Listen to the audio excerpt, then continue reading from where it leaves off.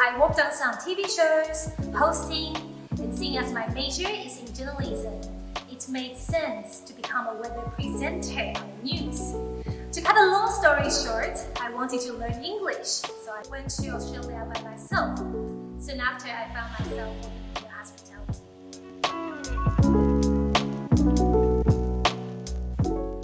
I learned everything from scratch, including roles as a waitress, barista, bartending, managing to learn the ropes as a sommelier.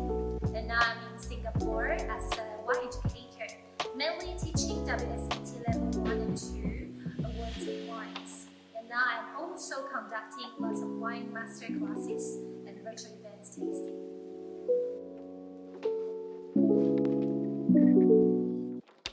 I wanted to become a sommelier, and this qualification definitely helped me a lot. Because in Melbourne, Australia, you don't need to hold anything to be able to be a sommelier. The most important thing is, yes, you do need to have a good skill, but you need to be a good storyteller. But for me, personally, I don't know anyone. So the only way for me is to show the employer how passionate I am to wine. So holding this certification basically is like an entry ticket for me to get into wine industry. Employer will see how much effort and skill it takes to get the certification.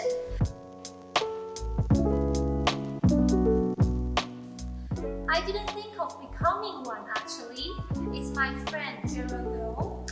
He told me that, "Oh, Mickey, you are so passionate in wine and you are a people person. Why don't you try to become a wine educator?" I was like, okay. So he passed me the contact. This person become my current boss now, PK. I'm very, very thankful to him because he is literally my mentor. He taught me a lot. He gave me the idea that learning wine can be such an interesting thing. I don't have massive knowledge in wine, but I love to share what I know. And I guess I understand the pain of not knowing where to start when you're trying to figure out the world of wine. Because I grew up in Taiwan, we actually didn't have much wine culture. Okay, it's getting there.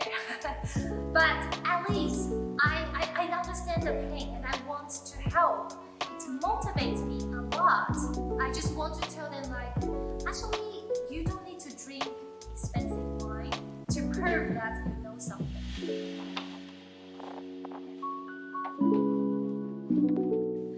As Singapore is such an international country, having a lot of students coming from all over the world could be tricky.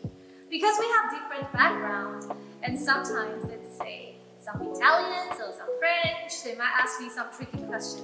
They will ask me some particular wine region I have never heard of.